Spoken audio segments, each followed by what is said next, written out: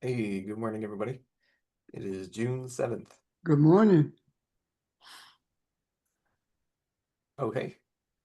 No, go ahead. Um, Hope everyone is doing all right. I did not have anything in particular to start with, but I wanted to ask if people were aware of the uh, current feud between Donald Trump and Elon Musk. And I wanted to bring that up as an example of what we've spoken about previously, in that the sort of chaotic relationship between the people who are in this administration and the uh, sort of butting heads of the clash of uh, self-interested narcissist will be part of the reason that I believe we are ultimately saved, because their, as I've stated before, sort of relative state of chaos introduces the sort of weakness in the armor. It provides the uh, sort of entry point for more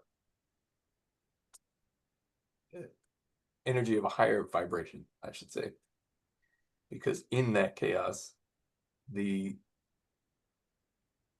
uh, those who are seeking to bring that higher vibration into the earth have their opportunity to establish uh, a stability that overrides that chaos.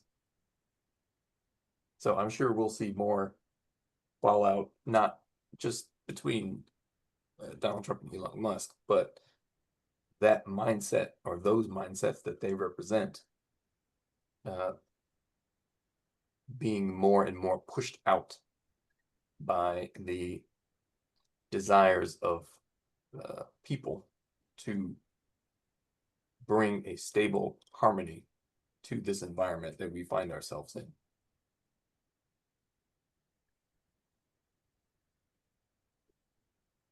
So I just wanted to open with that. It Okay. is a good sign. Thank you. Thank you. All right, Nick, I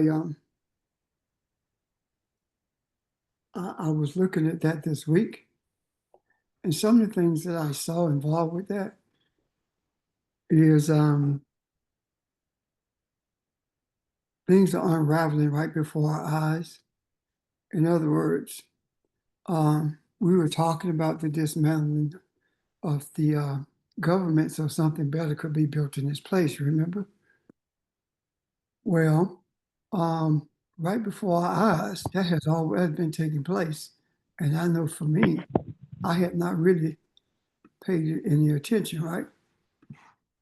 And when I look at that, what I see is that the government was being dismantled from day one. Elon Musk dismantled the government. Now, what he's doing with the information that he gathered, that's a whole different discussion. But there are those who ask me about um, why were things coming so slow. During the course of this week, I talked to few people who were inquiring as to why is it taking so long. Um, and what I saw in that was the the idea that the universe is subject to our time frame is something that we have not truly looked at because it isn't. The universe is not subject to our time frame. So, what am I saying? I'm saying that, let me put it this way. Um, where were you when I hung the stars and put the stars in their sockets? Where were you when I hung the sun and the moon. Uh, in other words, who are you to question me in terms of when things are going to happen? The universe does not function on our time period. And if we're not going to shape it, as I told the people this week, I said to them, if we're not going to shape it, then why is it that we expect things to happen when we want it to? There are so many things that has taken place that other people set in motion, and they didn't even live to see it come to fruition. So this is not about us at all. This is about humanity. All we are instruments. We are conduits through which the energy for change flows, but we don't control when it comes to fruition. Would you mute your phone, please? We don't control when it comes to fruition. We don't control anything, as a matter of fact. And that has not been our desire. Our desire has been for our ancestors to show us and guide us along this journey. And as far as us being a determining factor in what's going to happen and the way it's going to happen and when it's going to happen, that's beyond us because our minds, our thoughts, our interests have been corrupted by the society that we live in. Um, so here we are. We're in June, and look what's happening in June. We talked about that. In June, things are going to come to an end. Things are going to be chaotic. You're going to see when we get to June. Here we are. Elon Musk and Donald Trump. Hey Nick, let's begin with the beginning. Elon Musk walks away from the White House with Stephen Miller's wife. And when he walks away from the White House with Stephen Miller's wife, he tells the Republicans that bill is the worst bill ever. And then he says Donald Trump is in the Epstein files. And then when Trump talks about taking his government contract, what does he say? Make my day. So what am I saying to you? It's June, and look what's happening. And it's not going to get any better, but it is going to get any better. It's not going to get any better for that energy that they are putting forth, but it's getting better every day for humanity. Does that make sense? Yep. Are there any questions about that?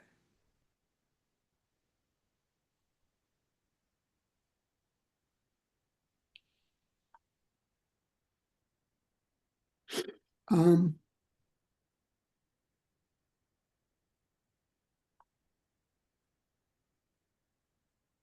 I want to see if there was something else I wanted to mention today as well, but I want to first see if there are any comments or questions about that, or does that make sense?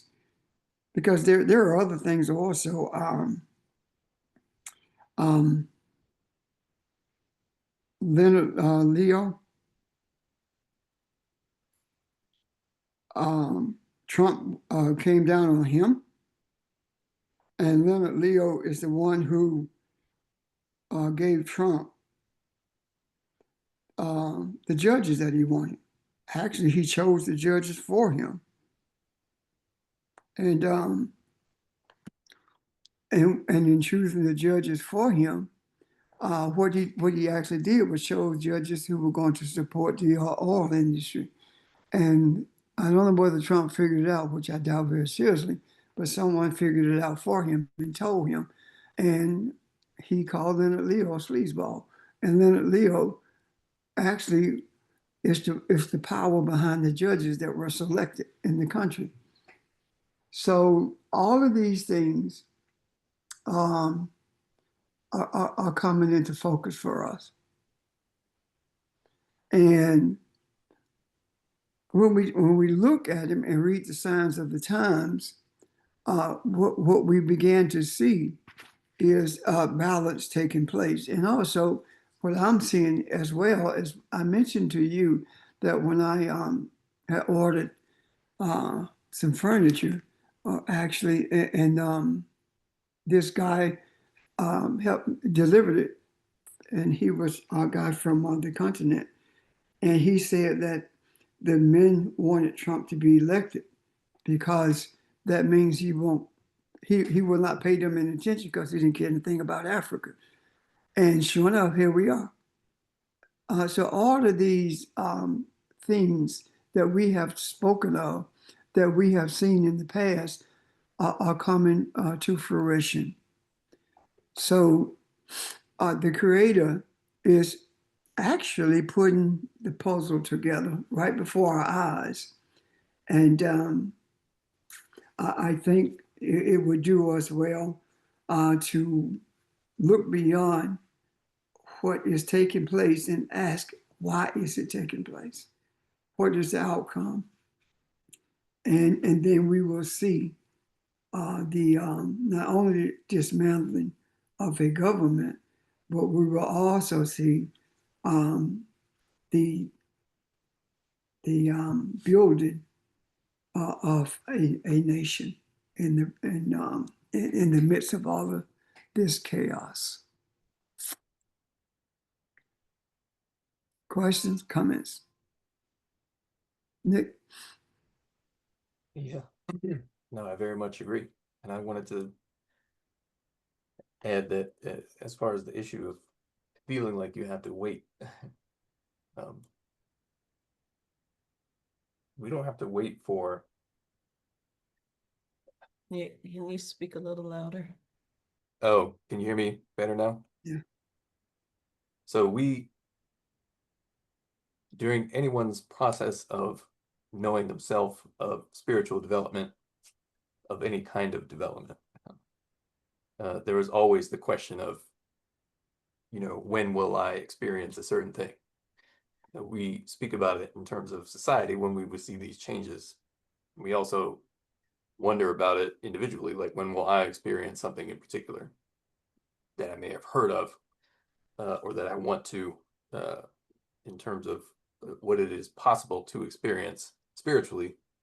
Um, when we talk about things like meditation or communing with or interacting with the ancestors or whatever it may be that we have spoken about as a component of our reality.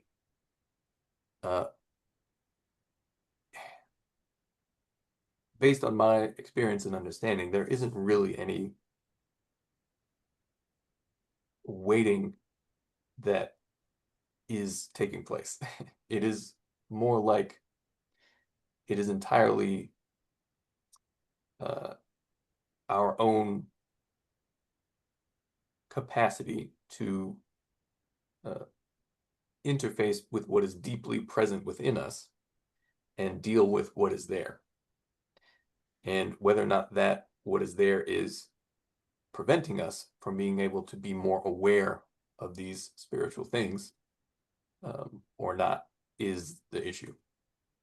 So in terms of our experience, it is not that we have to wait for something or we were wondering why we haven't experienced something. It is a question of whether or not we are able to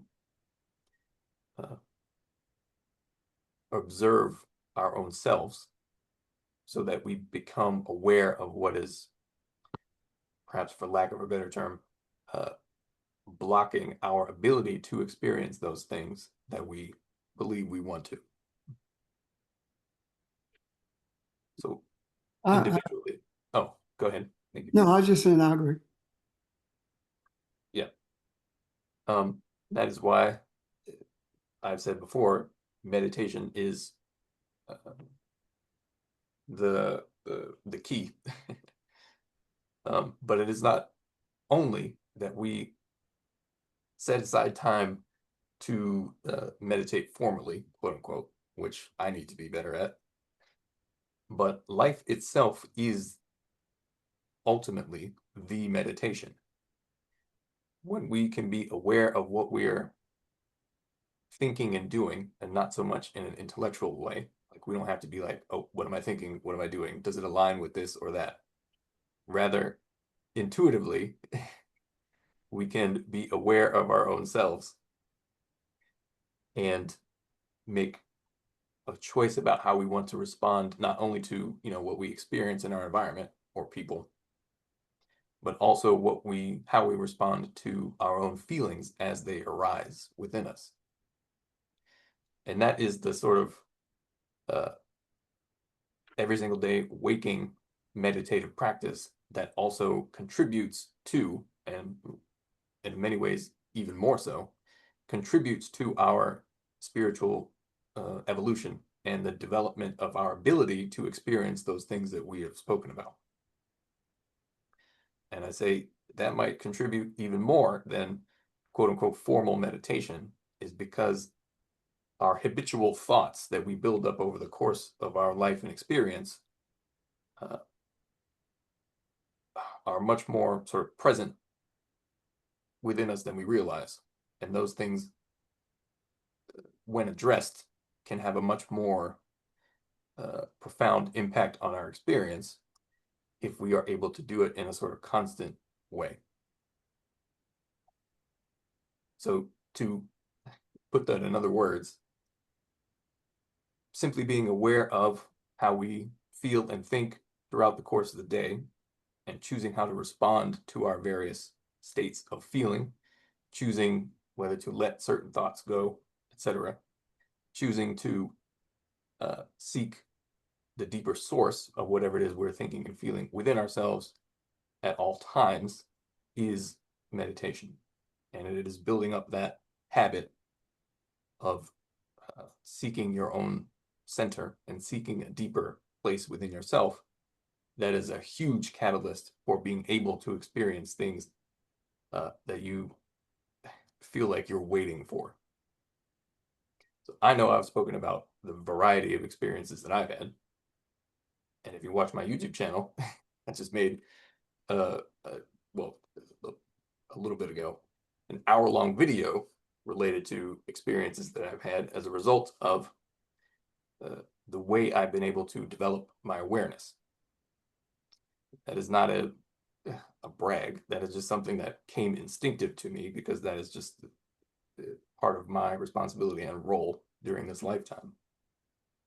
But that same thing is present for all of us, and to some extent comes instinctively to all of us. And we just have to learn how to quiet the internal noise, focus the direction of our intent and awareness.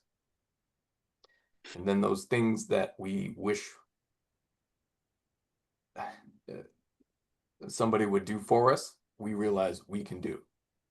Yeah. And those things we wish would happen to us, we realize that it is we who have stopped them from happening.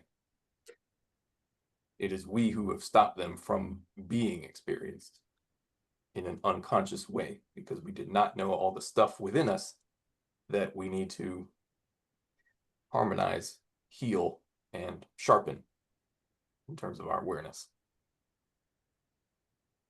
Anyway, thank you. Thank you. You said that this is not boastful. That's one of the things that has caused us not to speak boldly about who we are and about our experiences. For years, I've been troubled by that, not wanting to sound boastful or superior, that kind of thing.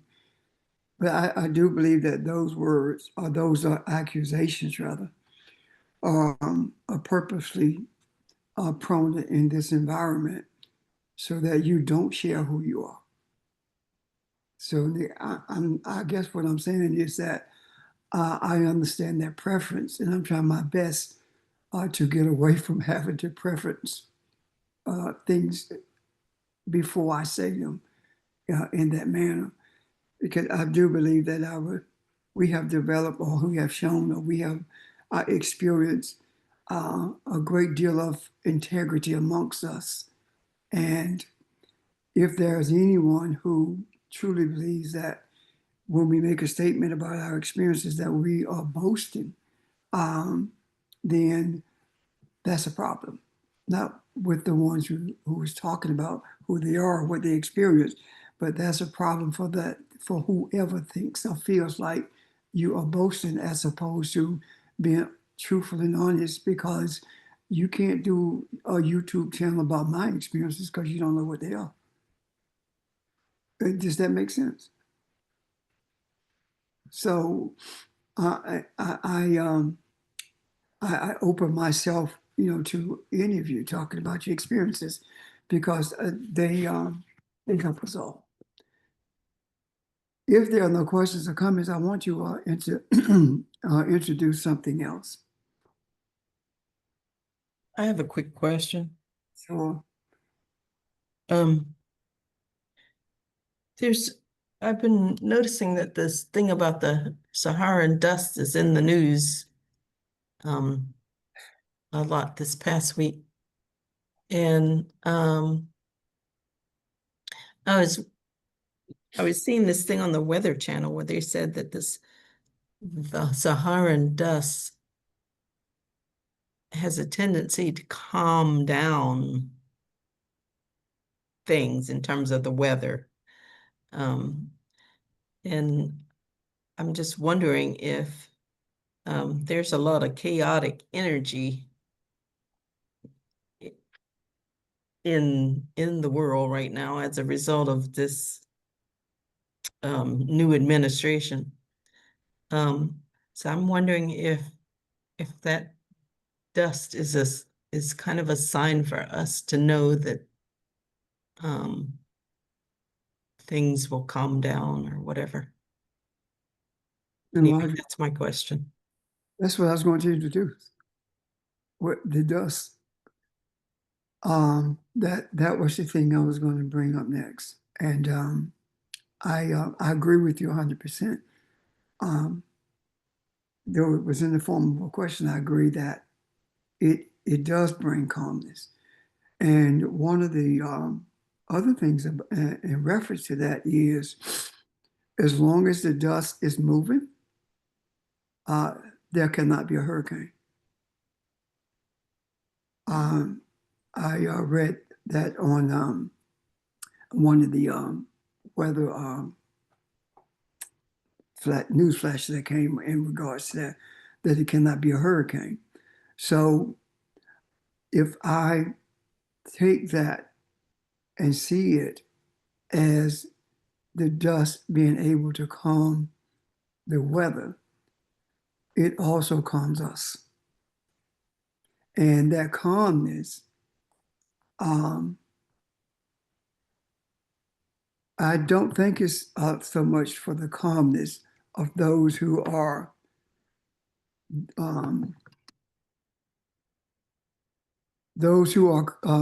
exposing all the chaos in the world because of that European mindset. I think it's also calming the fears and the concerns of those who have been affected by it. Does that make sense, Audrey? Yeah. Yes, it does. Thank you.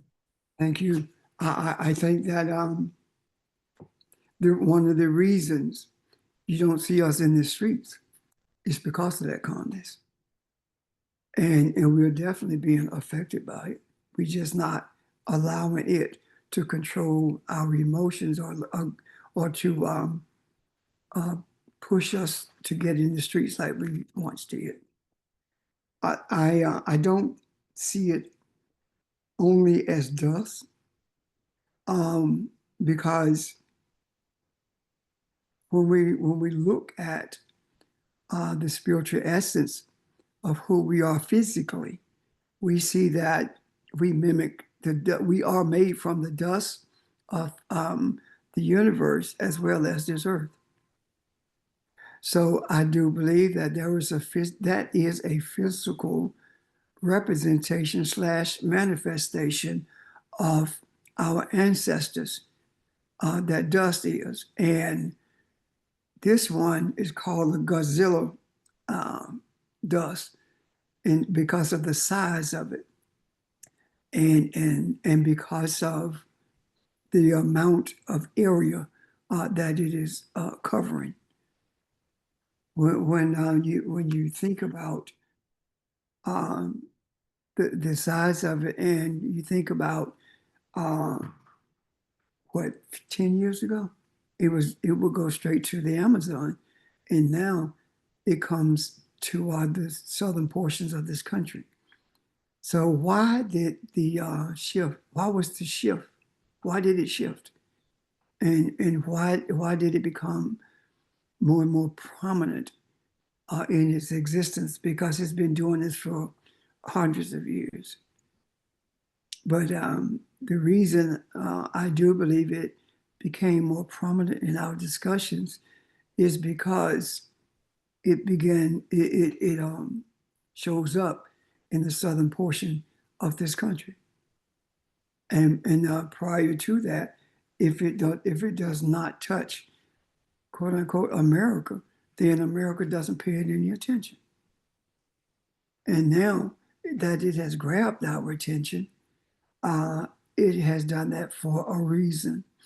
I also believe that the ancestors saying to us, in addition to remaining calm, I believe that the ancestors are saying to us, um, we've heard your cry, and we are showing you that we are guiding you.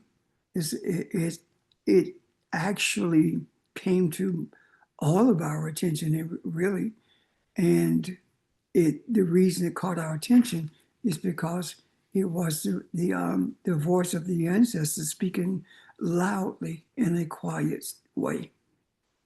So I think this is one of those manifestations that is far more important than what we have seen exposed in this country and in this world, I'm sorry, and far more important in the journey that we are on, because it is a real, it is a physical manifestation of the ancestors. And we we struggle sometimes with the spiritual because we're so accustomed to seeing with our eyes as opposed to experiencing with our eye. And that is troublesome sometimes for us. So I ask you to do all that you can, meditate constantly, and you don't have to actually be sitting in a chair on the floor to meditate. You can live a life of meditation, so that when those things come to mind with you, that you are able to stay focused or to refocus yourself on the journey.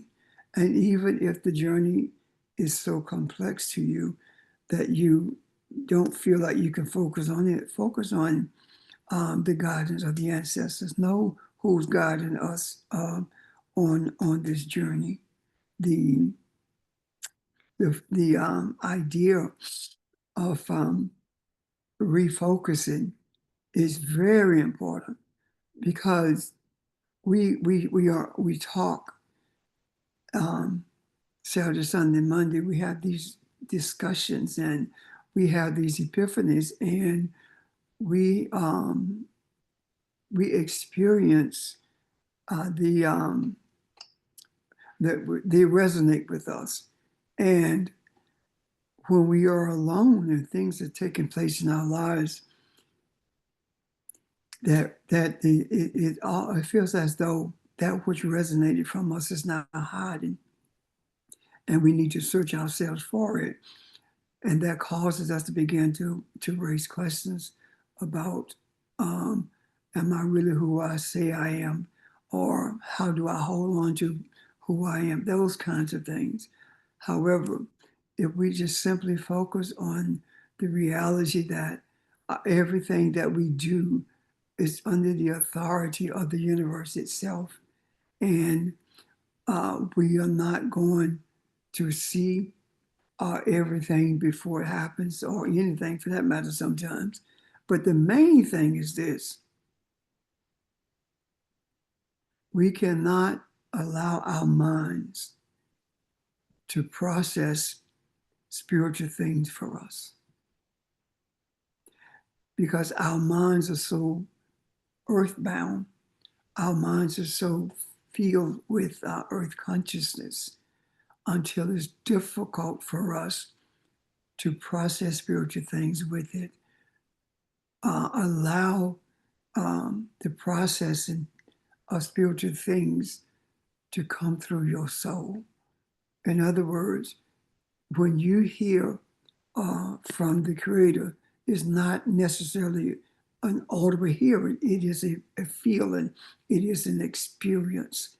So, what I'm saying is, don't allow your mind to run with these things, and just shut that down by virtue of shifting your focus to the ancestors, and thus allowing the essence of your being to process everything that is being shown to you, and at the same time to filter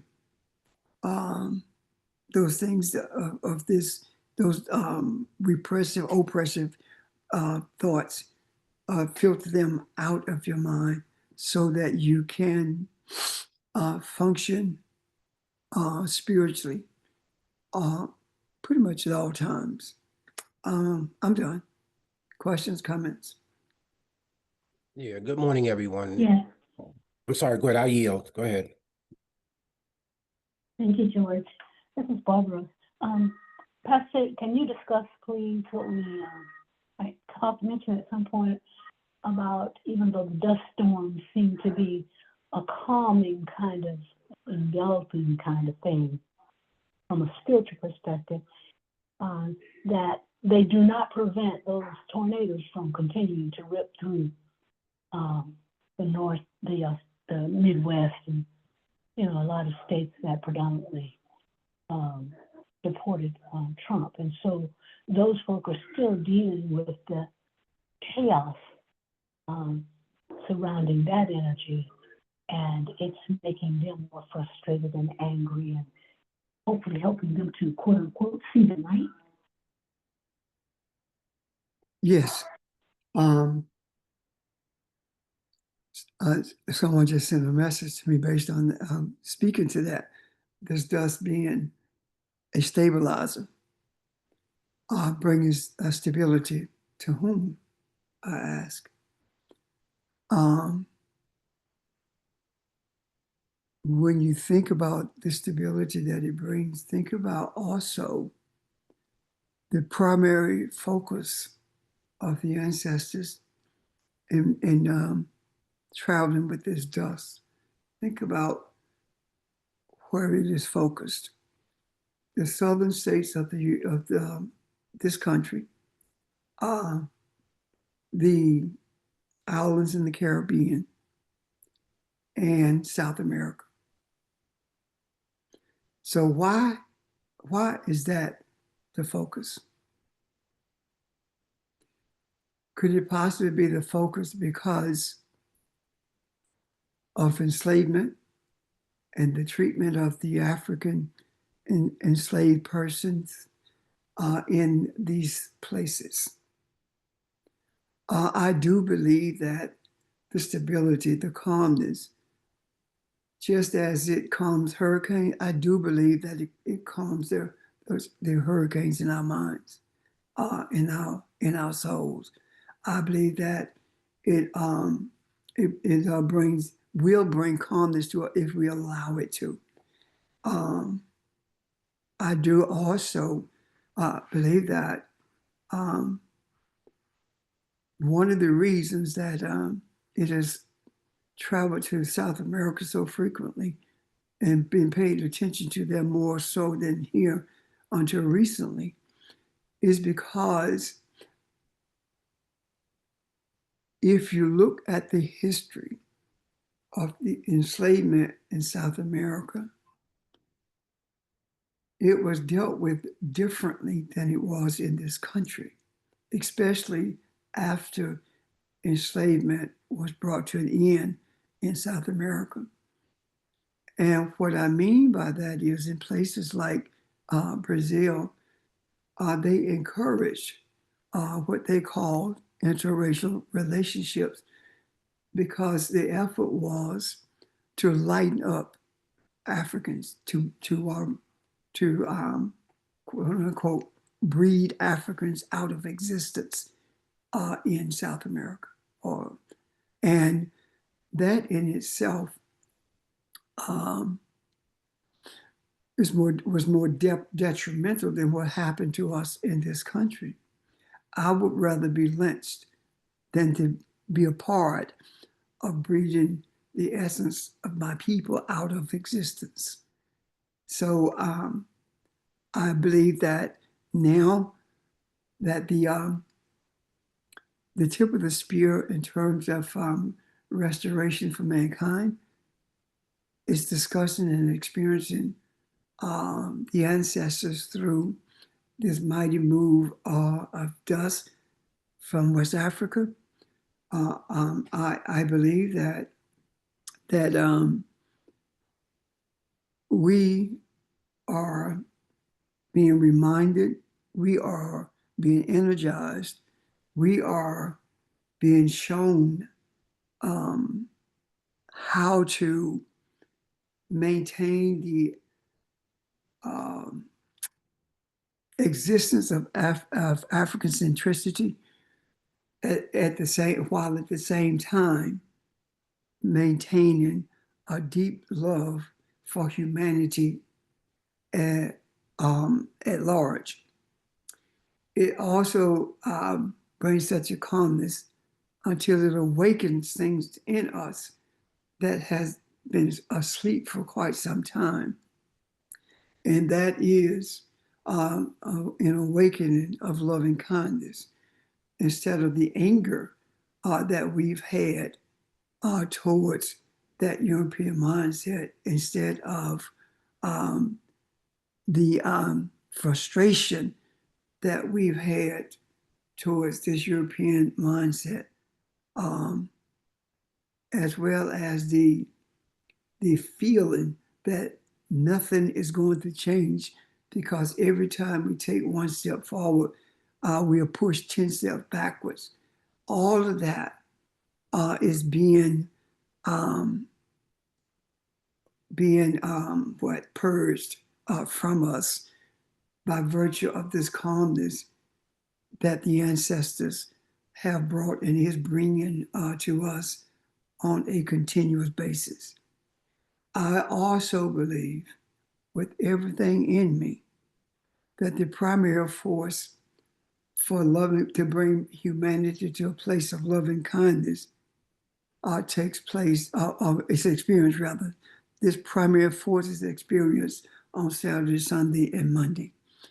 I make no bones about that and no apologies. I believe that with my soul, in the depths of my soul, that that's who we are.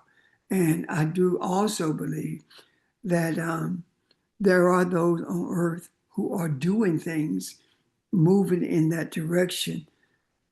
Their energy, the energy that they are employing to get that done comes as a result of what we have been doing for years. The work, we have put the work in and are putting the work in. And this has always been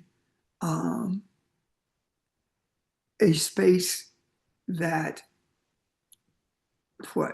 evilness or criminality has always emanated with every effort to rule the world, no matter how quiet it was done or how stealth the methods were were activated. And as a result of that, there had to be Africans in this particular space to be shown and guided, be shown the way and being guided so we don't get off the pathway, while at the same time guiding others along this pathway. Knowing that we are Elohim is not enough. You can know who you are, but if you don't live the life of who you are, then you know who you are, but to no avail, and you don't help anyone, including yourself. So I don't know, Barbara Jean. I hope that I'm speaking to the question that you raised. If so, and the thing I would like to add, if you don't mind, is, we have the allegory with the background, about, I'm sorry.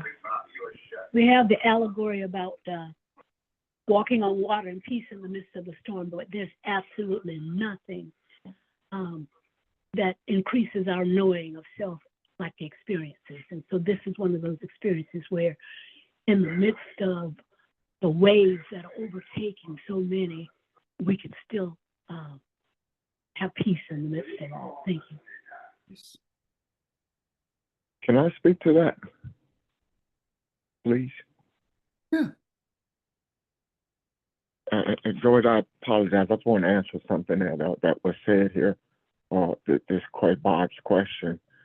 I see that as everything coming together.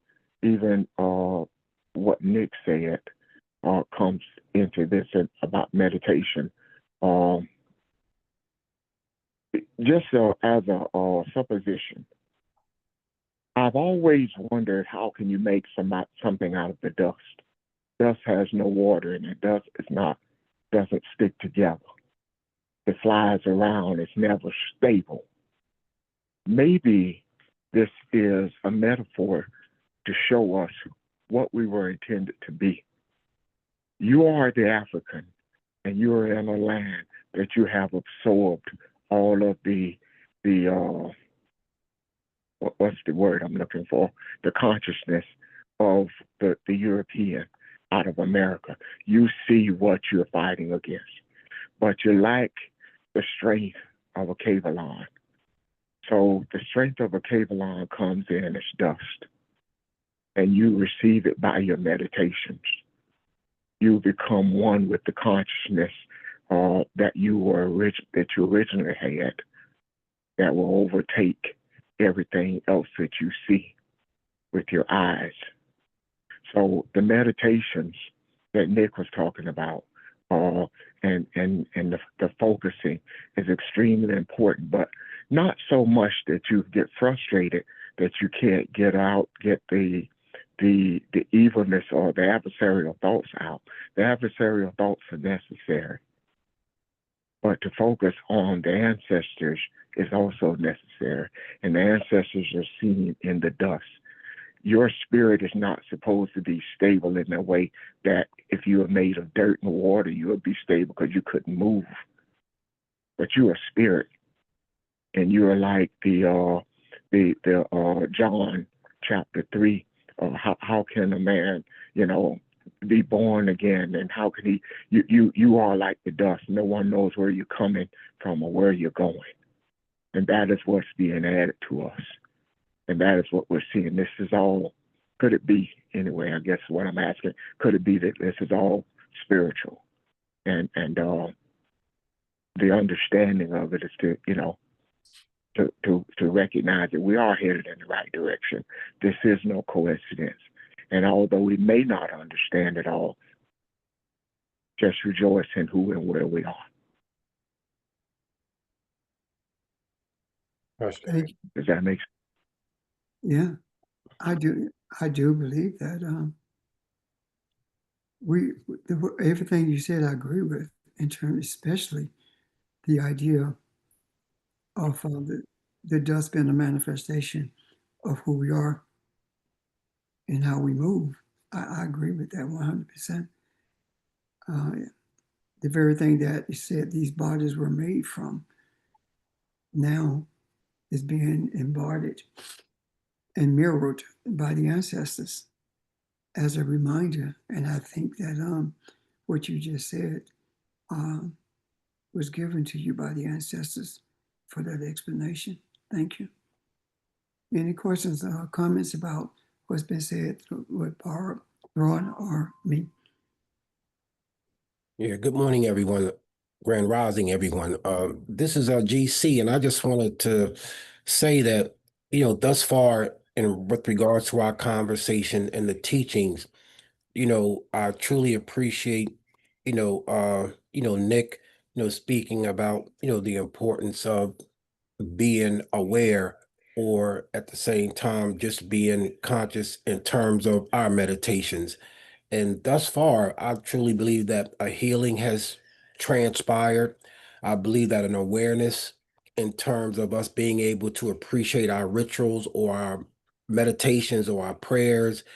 And this week, I was really grateful to have taken some time, to read, from Philippians. And I'm only want to share this because I think it relates to our journey and our meditations at this point. But in Philippians chapter 4, verse 6, it talks about, be anxious for nothing, but in everything, be in prayer, supplication with thanksgiving, and letting your requests be known to God. So when I was reading that scripture, meditating on that scripture, it talks about, again, the importance of be careful. Let us not be anxious about, what we may hear or see or experience in the macro, in that sense that it distorts us from our meditations. That at the same time, we can appreciate, again, our ancestors being able to bring a sense of peace and calm in reference to what we might be bearing witness to.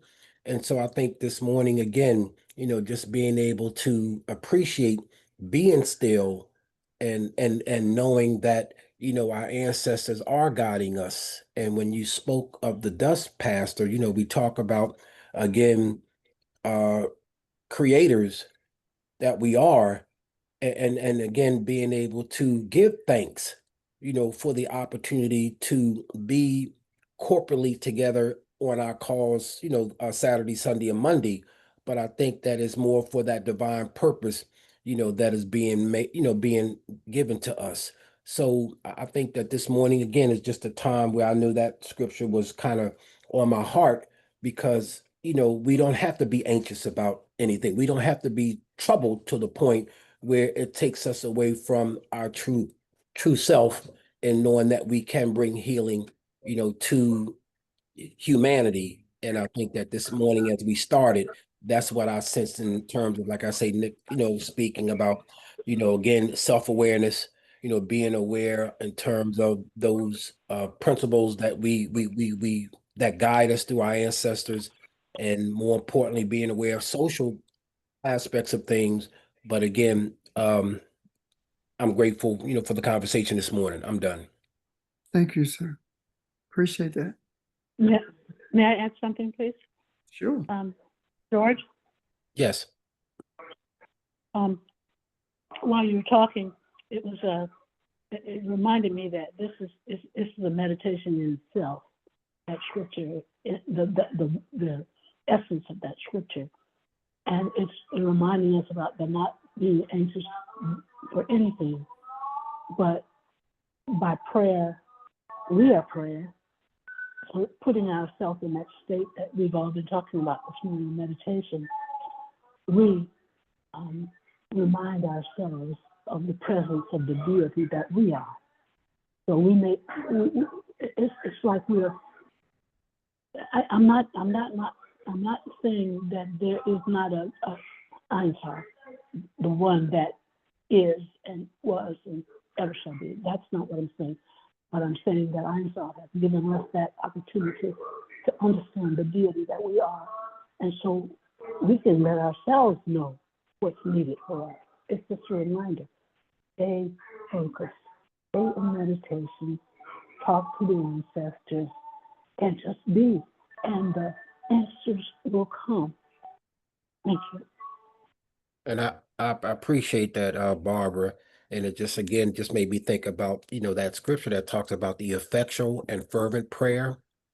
You know what I mean? Of a righteous person availeth much. And I think that that's, where we are in my spiritual understanding, that that's our desire, is to be in spirit and truth. I'm done. Thank you. Thank you. Excuse me. Any other questions or comments? Yes, this is Angela. I have a question. I can't repeat everything Ron said, but when he was talking about the Sahara, well, I think he said something about the Sahara, and somebody else spoke. But the question I had was, so when you talk about the making of us, we were made from dust. I'm trying to get out from the dust. I'm speaking of the spiritual part, not the physical part, but does that make our creation, as far as the creation, I'm trying to put it on that.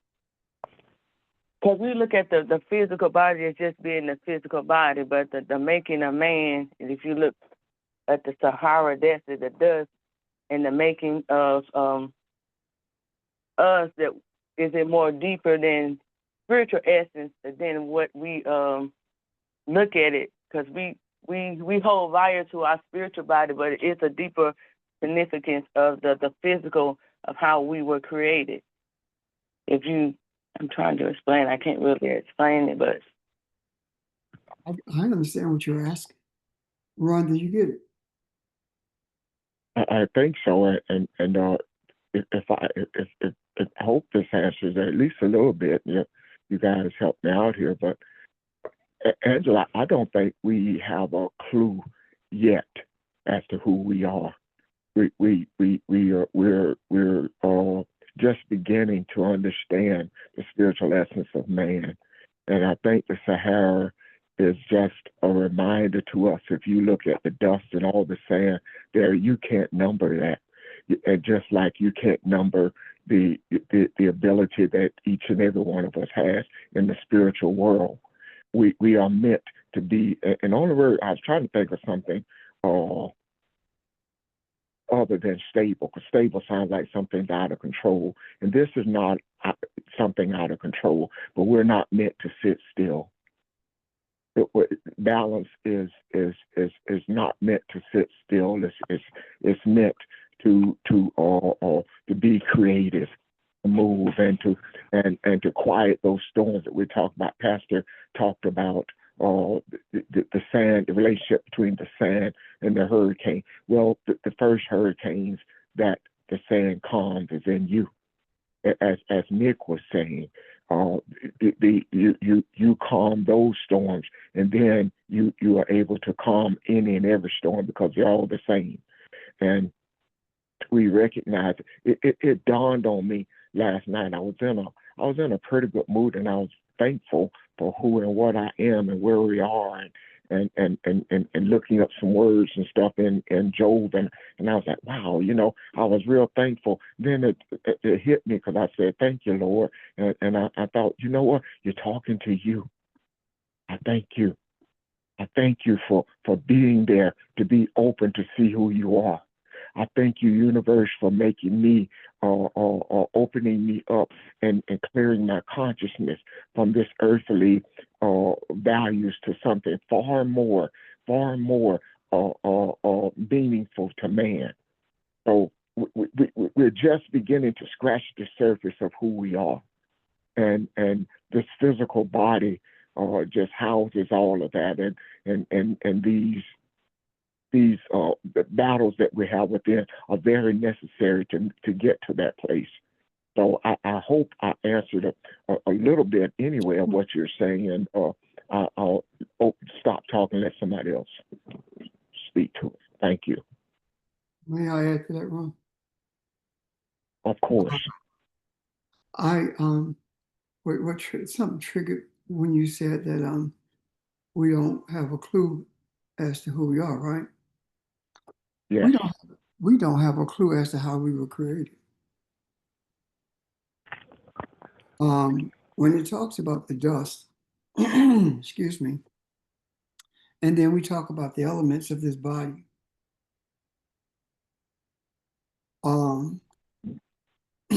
Is it the water that holds this dust together that makes up this body, or is it Mhm. the spiritual essence of our being that makes up that holds this body together in a seemingly solid form? I believe that at some point we'll end up exploring that again. That's all. Yeah.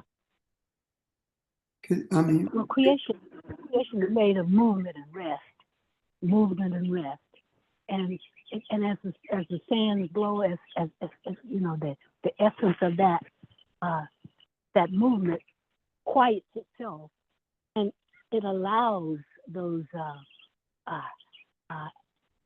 atoms of physical manifestation to be ordered in a certain way during that period of rest. So both are needed and both are required because they both, movement and rest, make up creation. I like that. yeah. Ron. This is Angela again. Yeah, what you was explaining it's different than the question that I would ask, because I could really explain explain when you was talking, and I'm like I said, I'm learning to trust, what I hear, and I just couldn't put it into the question, but it was more so of the energy. I was talking about more of the energy of the dust in which we were in which we were created. Yeah, that's what I was talking about in the spiritual essence of man. As far as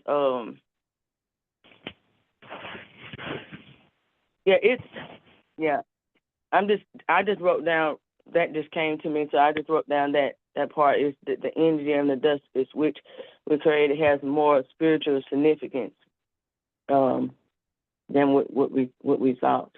Yeah, that's all I wanted to say. You made me think about something, Angela. Suppose, I guess I've always had a picture of creation in my head, and that's why I have so many questions about it, because nothing I thought was real there is real. I totally missed that. And I have a picture of God bending down and taking dust like you make something, put something together. Suppose it was talking about the winds blowing the sand and it taking on the form that it needs to take. And you speak of the energy, and that's all one and the same. The sand becomes whatever the sand needs to be. And we look at that, and it's hard to pull that together. That if you see ground and sand as being consciousness, your consciousness is being invited to change, to go to a deeper depth of who you are, to move. You have seen this earth consciousness, and you have seen that it has no value of who and what you're supposed to be, and the harmony and the love and the peace that's supposed to be in the earth. And you are being invited. You have the opportunity to recreate everything. And so now the blowing of the sand is not so much Insof, but it is you. It is you, Elohim, that has the opportunity based on the sand of a Kabbalah coming over and reinforcing in you that you are valuable, and that changing your consciousness of what you are aware of, because you have become aware of so much more. So we are recreating the heavens and the earth as we speak.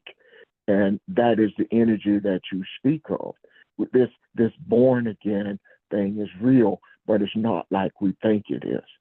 We're being taken back to the beginning, and the energy of the ancestors are guiding us. And I don't know how else to put that in words, and I hope that helps a little bit. That resonated. Yeah, it did. Yeah. Thank you. I see something there. The dust.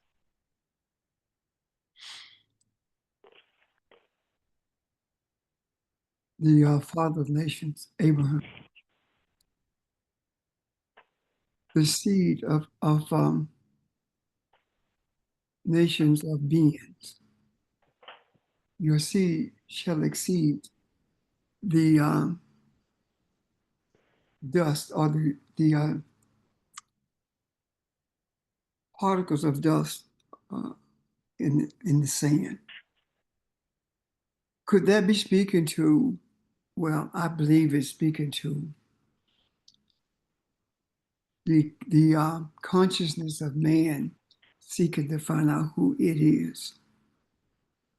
And then it says that later on, it says that the offspring, the seed will outnumber the stars, be numbered greater than the stars. That speaks to me to enlightenment. So here we are. We are said to have been made from the dust of the earth. And here we are. We have to begin with earth consciousness. And the reason we have to begin with earth consciousness is because it's up to us to travel the journey to find out who we really are. And once we begin to truly embrace the essence of being humans created to have a spiritual experience, then we begin to search for that spiritual experience by questioning everything concerning this earth consciousness, religion, everything, literally everything. And then we get to a place where we can't find the answers in the consciousness that we have of our physical surroundings. But we find the answer to the questions in enlightenment by becoming the stars, by becoming the light in darkness, the stars, by becoming spiritual enlightenment for humanity. And in doing so, our essence moves far beyond earth consciousness, and it ends up in being the consciousness of spirituality. And being the consciousness of spirituality, we have the opportunity, the ability to be one with the ancestors, because the ancestors are where we are, meaning that the ancestors are spiritual enlightened entities. And we are spiritual enlightened entities who has been short-circuited by the environment that we live in this physical world. And the efforts are to bring humanity to a place where earth consciousness does not short circuit it. Earth consciousness does not build a wall between spiritual reality and what we call earthly reality. This consciousness of who we are, this spiritual essence, when we are the enlightenment, we are the stars, the light of the stars in the heavens, meaning that we are the enlightenment, and those walls begin to fall. The wall of Jericho begins to fall, and it falls because this physical human being not only has it sought the the understanding of spiritual essence, how it was created, but it also has embraced it. And that wall falls that has separated this human mind from spirituality. And this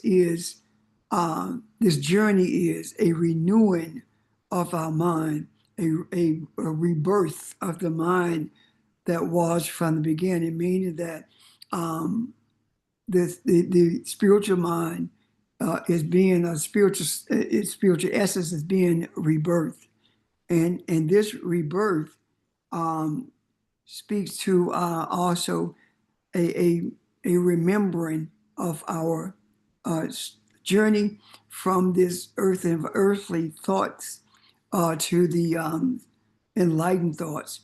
And these enlightened thoughts give us spiritual experiences, just as the the earthly mindset gave us earthly experiences. Our experiences are are are to be merged, meaning that we are to think no differently in our earth settings than we think in our spiritual settings. And that's what we are talking about when we talk about so is above, as above, so is below. That the process through which we experience things are the same spiritually as they are in this physical world. And that is seen in simpler terms than we think. That experience comes together when we are able to be one with nature, meaning we are one with the birds. We understand the plant life that brings healing to this human body. We call medicine. We are able to sense the storm that's brewing, even though the clouds have not gathered. Uh, that essence is experiencing as above, so is below.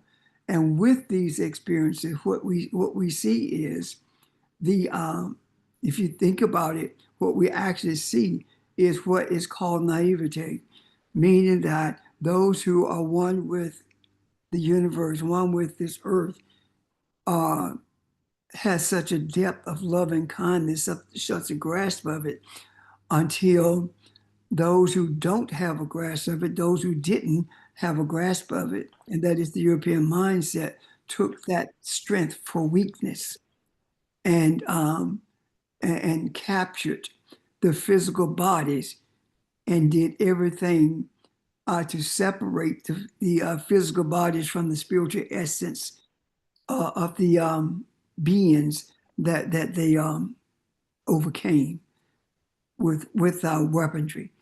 So here we are now in the process of truly seeing what beginning is, truly seeing what being born again is. Be born again, understanding that we were born with one nature, the nature of the earth, the nature of spirituality. All was one in us, and we are returning to that by virtue of our our constant state of meditation and our overwhelming desire for humanity to become one with the earth itself. And that cannot happen without humanity embracing the spiritual essence of who it is. And in order for that to happen, the womb through which humanity came has to be respected. And that womb through which humanity came must not only be respected, but it must be sought out. The essence of it, the emotions of it has to be sought out. The understanding of it has to be sought out in order for us to be able to embrace, begin, and at the same time mature from this birth, this beginning, this birth. And maturing means that we become more and more aware not only of our individual, but our collective essence. And we are able then to embrace the wind and be the wind at the same time. One of the reasons we find difficulty now in turning a storm or having authority over the weather is because we have relinquished our authority to the universe, to our ancestors, so that they can properly guide us without our interference. And in doing so, we become more in tune with who we are, but also we become more in tune with what Elohim does, what God does in terms of embracing humanity, in terms of bringing humanity under the wings, as would hen bring her chicks under her wing for protection. This is where we are now. And we would not be able to have these experiences if we were not guided by the ancestors, if we were angry with what's happening, if we experience anger when Trump says something or does something, as opposed to empathy. Empathy for his ignorance, him being ignorant and those around him, but also empathy for those who are experiencing the consequences of his actions. And the ancestors have shown us through the dust that there would be the ones who are experiencing the consequence of his action would be extremely chaotic if it were not for the calmness of the ancestors, the calmness rather that the ancestors brings to us, that introduces to us, that mirrors to us by virtue of the dust. If the dust can subjugate the wind, then the dust has authority over the wind, meaning that if the dust can suppress hurricanes, then the dust has authority over the hurricanes, because you would think that the wind would blow the dust away, but the wind cannot separate the dust. It stays intact until it accomplishes what it has been sent to accomplish. So I see this the concept of creation being revisited, not so much with technical terms, but with the simplicity of understanding that we are being given by our ancestors. Thank you. I hope that makes sense. What would your questions be concerning that? So when we trust, as we trust the universe, then we understand that the winds are there, that the dust, it in a sense, helps to mitigate, helps to reduce, helps to control, if you will, or keep in boundaries this chaos, to keep it from becoming so explosive that it destroys us. And so even the dust, spiritual dust, is able to use the wind to carry it where it needs to go, rather than the wind blowing it away. So our hurricanes can be fodder for us to carry us where we need to go when we meditate and try to understand why things are happening, what is the lesson. When we understand that way, we ask the ancestors. Our ancestors are us, and we are the ancestors. Yes. That's the spiritual. That's the spiritual lineage. Yes. And so, when we trust that, those ancestors, that spirit has already experienced so many things, and just want us to yield to that that knowledge, that awareness, that enlightenment of who we are, so that we can do the same thing. Yes. And there is no question that we are one with the ancestors. I heard an interview that was done with Toni Morrison in 1988. And she said that her skill of writing increased when she threw off the shackles that separated her from who she really is. In my words, not hers, but the same thoughts. When she embraced that ancestors are real, she became more creative because she was being guided by the ancestors in her writings. So I'm saying that when she embraced the reality that she was one with the ancestors, that the spiritual essence of who she is was no different than the essence of the ancestors, then she became more creative in her writings. You say, what about the earth? Well, the earthly aspects of us are guided by our mind, and the energy of our mind must be repurposed to become the same as the energy of our spiritual essence, being one with the ancestors and understanding that the ancestors are one with himself, one with the creator, one with everything that is, which means that we are there also.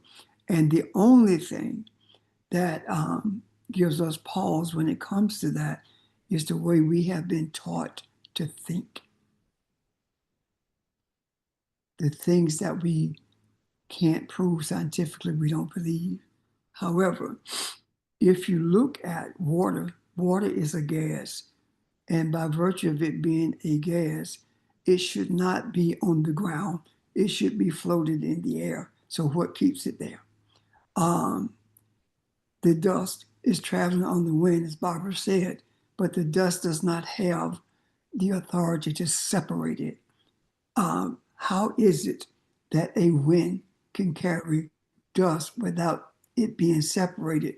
How is it that dust has authority over the winds to the extent that the winds can only blow strong enough to keep it intact and carry it across the ocean?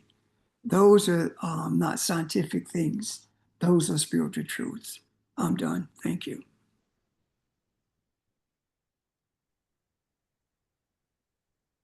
Nicholas?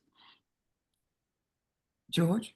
Yeah, I was just going to say, again, I appreciate, what's being shared. And when we talk about nature being, you know, our first teacher, you spoke about various aspects of the earth consciousness. You spoke of in terms of the wind, you spoke of the air, and you spoke about the ether when we talk about the importance of our ancestors being teachers of mystery, that we can appreciate the astronomy, where we can appreciate, those mystery teachers of the heaven. You spoke about, again, the land, and, there was those mystery teachers of all land when we talk about a Kebelon. So I think that in our desire to, look at beginning, I think we're getting a deeper or esoteric understanding of the synergy of the force of nature and how all of this works together, for the good of us being able to see it from that spiritual realm. So again, I think nature, as you mentioned, definitely plays, an important aspect of our understanding. And, again, we're grateful for our ancestors who were the mystery teachers that is now giving us a better clarity and understanding of who we are. I'm done. Okay. Thank you. Give it back to you, Nicholas.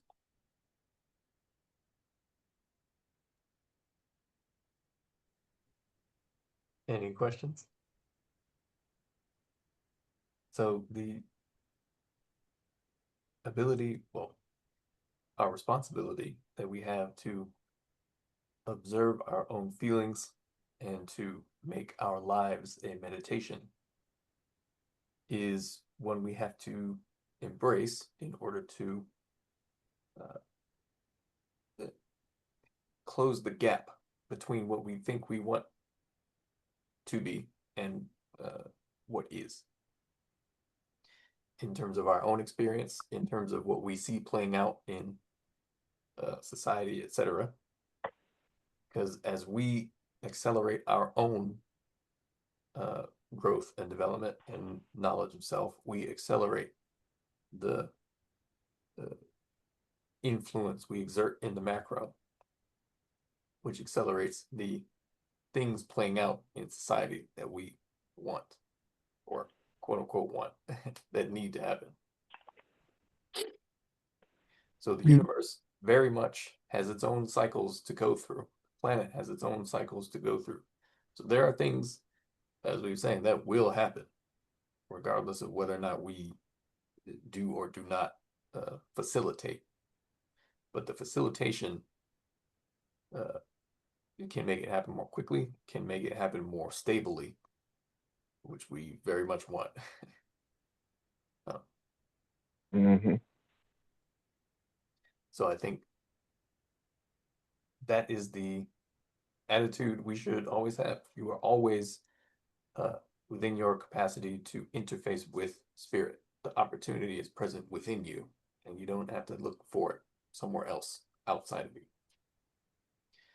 The wait is an illusion.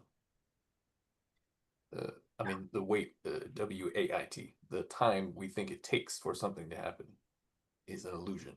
Mm. And the dissolving of the illusion is the process of knowing and observing and being and interfacing with the deep parts of self, of consciousness, awareness, and the spirit that you actually are. And therein, that process, the sense of having to wait for things is removed entirely, because it is we who create those things that we wish would happen. Thank you. Thank you.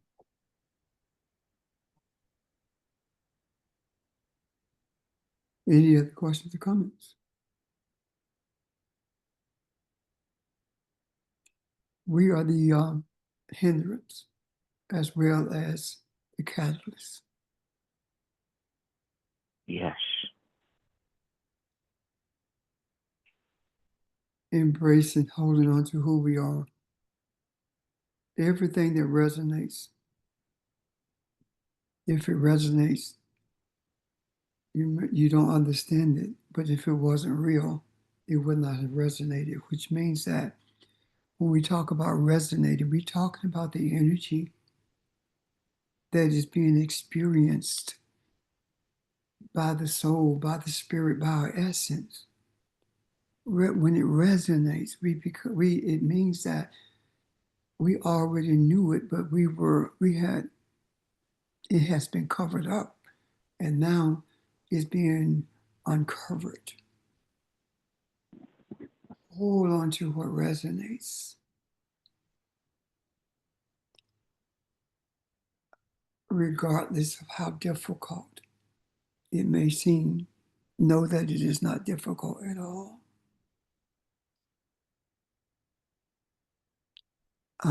The doubt, the questioning, the anger, the discontentment, all of these things are hindrances to the eye being open to the extent that it is able to see the manifestation of what we desire so deeply.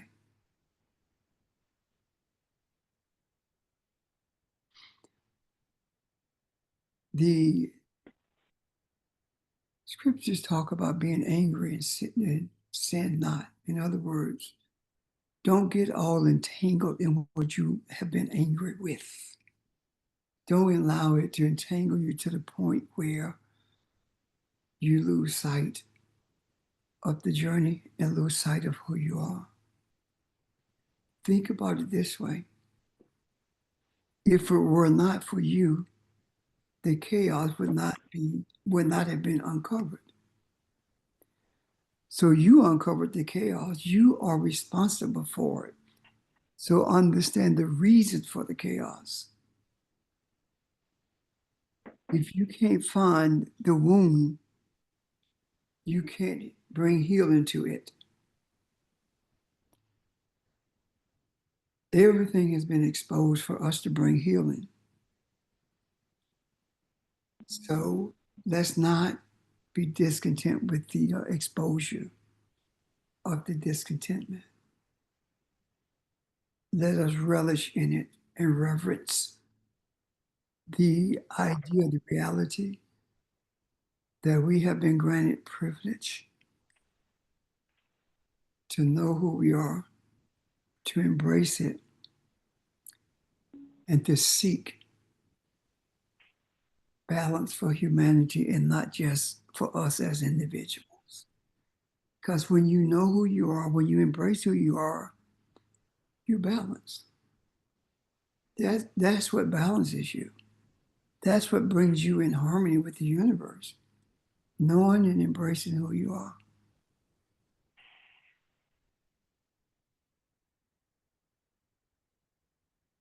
I'm done.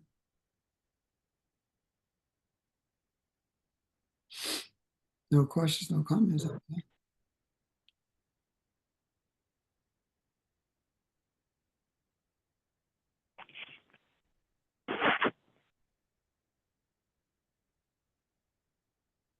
Nick, are you pausing here? Yep, I am finished as well. Okay. All right. Thank you, everyone, for your presence. Thank you, everyone. Thank you. Thank you. Have a nice day, everybody. Thank Yeah. Sure. Thank you. Have a great